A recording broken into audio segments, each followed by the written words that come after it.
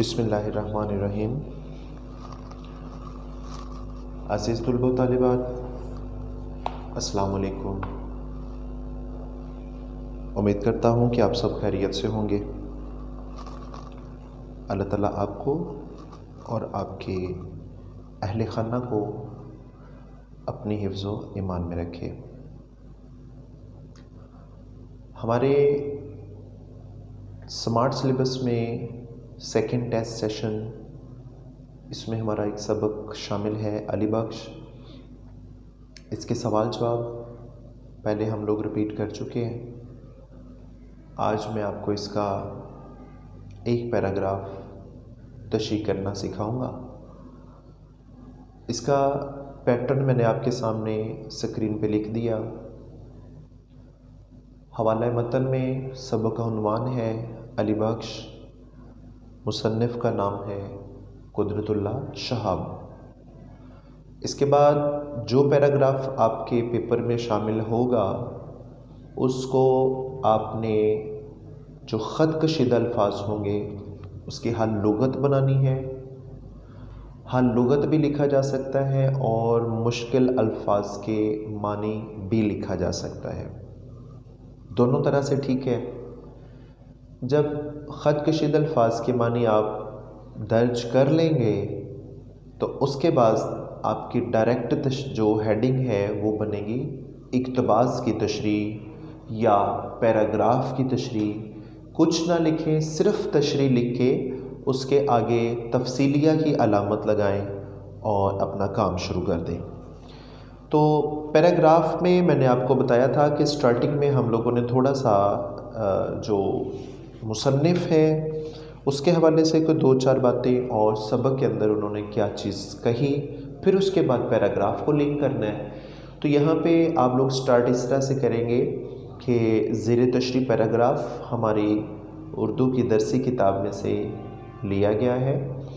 ये सबक अली बख्श का एक पैराग्राफ है जिसके मुसन्निफ़ कुदरतुल्लाह शहाब हैं।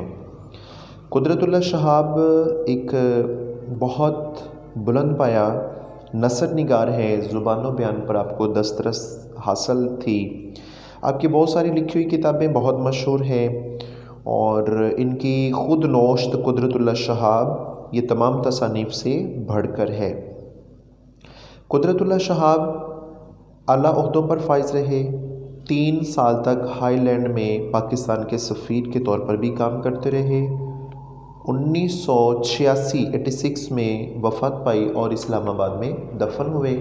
इस सबक में कुदरतुल्लाह शहाब ने इकबाल के एक दरीना वफ़ादार मुलाज़िम अली बख्श की ज़िंदगी पर तबसरा करते हुए कहा कि उन्होंने 40 साल इकबाल की बेलौस खिदमत की।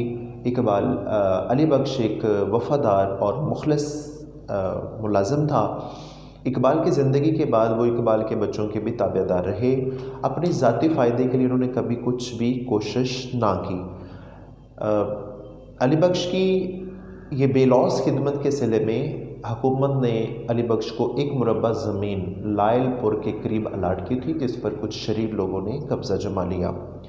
कुदरतुल्लाह शहाब जिन दिनों जंग के डिप्टी कमिश्नर थे वो ख्वाजा अब्दुर रहीम से मिलने लाहौर आए तो वहाँ बातों बातों में अली बख्श का जिक्र हुआ। इस तरह कुदरतुल्लाह शहाब की मुलाकात अली बख्श से हुई।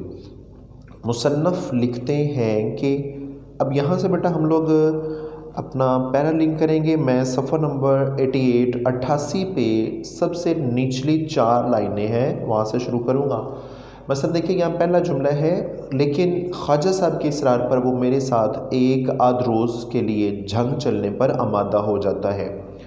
अब इस जुमले को जब हम लोग तशरीह में लेके जाएंगे तो आप इस तरह लिखेंगे कि ख्वाजा अब्दुर रहीम साहब के समझाने पर और उनके बार बार ज़ोर देने पर आखिर अली बख्श मेरे साथ कुछ दिनों के लिए या यूँ कह लें कि एक आध दिन के लिए मेरे साथ जाने पर तैयार हो जाता है कि वो जंग जाएगा और वहाँ मैं उसकी ज़मीन का जो मसला है वो उसको हल करवाने की पूरी कोशिश करूँगा। तो ज़्यादा दिनों के लिए नहीं बल्कि अली बख्श सिर्फ एक आध दिन के लिए जाने के लिए रज़ामंद हो गए। अब दूसरा जुमला जो पैराग्राफ का है वो इस तरह है, जब वो मेरे साथ कार में बैठ जाता है तो गालिबन उसके दिल में सबसे बड़ा वहम ये है कि, अब यहाँ तक हम लोग इसको देखेंगे کہ جب علی بخش قدرت اللہ شہاب کے ساتھ کار میں بیٹھ کر سفر کے لیے نکلتے ہیں تو اس کے دل میں یہ ایک خیال، ایک سوچ ہوتی ہے کہ شاید یہ بندہ بھی جو ہے نا وہ دوسرے لوگوں کی طرح کہ شاید اب میں بھی بہت سارے دوسرے لوگوں کی طرح اقبال کی باتیں پوچھ کر اس کا سر کھپاؤں گا۔ تو علی بخش کے دل میں یہ خیال، یہ سوچ پیدا ہو جاتی ہے کہ اب یہ انسان بھی مجھے پریشان کرے گا، دوسرے لوگوں کی طرح یہ بھی چھوٹی چھوٹی باتیں اقبال کے بارے میں بار بار سوال کر کے مجھے پریشان کرتا رہے گا۔ تو اس سوچ کے ساتھ علی بخش جو ہے وہ خاموش گاڑی میں بیٹھا ان کے ساتھ سفر میں جا رہا ہے۔ لیکن یہاں پہ اگلا جملہ ہے، لیکن میں نے بھی عزم کر رکھا ہے کہ میں خود علی بخش سے حضرت علامہ اقبال کے بارے میں کوئی سوال نہیں کروں گا۔ تو اس کو آپ نے بڑھانا اس طرح ہے کہ قدرت اللہ شہاب نے یہ ارادہ کر رکھا تھا، اس نے دل میں تہیہ کیا ہوا تھا کہ میں خود اپنی زبان سے علی بخش سے اقبال کے بارے میں کوئی بات نہیں پوچھوں گا، تاکہ میرے کسی سوال سے یا میری کسی بات سے علی بخش کو کوئی کسی قسم کی پریشانی نہیں ہونی چاہیے۔ میں اسے کسی طرح سے بھی پریشان نہیں کروں گا تاکہ اس کا سفر خوشگوار گزرے اور وہ اچھے انداز میں، اچھے موڈ میں میرے ساتھ جو ہے وہ جھنگ پہنچ سکے۔ اب اگلا جملہ، اگر واقعی وہ علی بخش کی زندگی کا ایک جزو ہے تو یہ جوہر خود بخود عشق اور مشق کی طرح ظاہر ہو کر رہے گا۔ تو یہاں پہ وہ قدرت اللہ شہاب کہتے ہیں کہ میں نے دل میں تہیہ کیا ہوا تھا کہ میں علی بخش سے کوئی کسی قسم کی بات اقبال کے بارے میں نہیں پوچھوں گا، ان کی زندگی پر کوئی تبصرہ نہیں ہوگا۔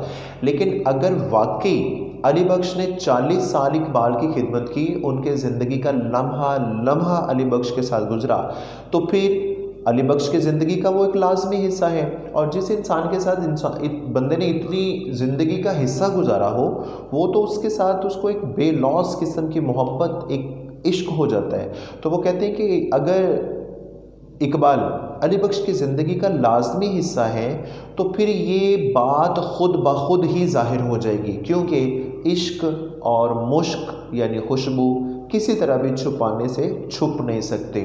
تو یہاں قدرت اللہ شہاب کا کہنے کا مراد یہ ہے کہ علی بخش اقبال سے عشق کرتے تھے، پیار انتہا تھا ان کا۔ تو کہتے ہیں کہ جب علی بخش کی زندگی میں اقبال کی اتنی اہمیت ہے تو میرے نہ پوچھنے پر بھی وہ لازمی طور پر اقبال کا ذکر کریں گے۔ یہ بیٹا یہاں پہ ہمارا پیرا ہو گیا ختم۔ اس کے بعد ہم لوگ چند باتیں اس کے ساتھ اٹیچ کریں گے۔ مصنف کہتے ہیں کہ رستے میں ایک دو جگہ پر علی بخش نے اقبال کی زندگی کے کچھ نہ کچھ باتیں جو نا ہمارے ساتھ شیئر کی، ہمارے ساتھ بانٹ لیں۔ ایک جگہ پہ بہت زیادہ رش دیکھے، بڑبڑانے لگے کہ مسجدوں کے سامنے تو اتنا کبھی رش دیکھنے میں نہیں آیا۔ ایک جگہ میں پان خریدنے کے لیے رکتا ہوں تو سگریٹ خریدنے کے لیے رکتا ہوں، تو وہ کہتے ہیں کہ اقبال سگریٹ نہیں پیتے تھے، اپنا اپنا شوق ہے، پان کا ہو یا حقے کا، وہ شاید کچھ اس طرح سے تھا۔ تو اس کے بعد وہ کہتے ہیں کہ پھر وہ اقبال کی زندگی میں بہت ساری باتیں ہوئیں، اور جب وہ جھنگ پہنچے تو انہوں نے بڑا اصرار کر کے انہیں ایک رات اپنے پاس رکھا، اور اگلے دن کپتان محبت خان کے سپرد کر دیا، اور انہیں کہا کہ ہر حال میں علی بخش کی زمین کا قبضہ ان کو ملنا چاہیے۔ تو یہ بیٹا جی آپ لوگوں کا ٹوٹل پیٹرن ہوگا، اس کو بہت اچھے طریقے سے تیار کریں۔ آج کا ٹیسٹ بھی ہے آپ لوگوں کا، be ready and keep it up.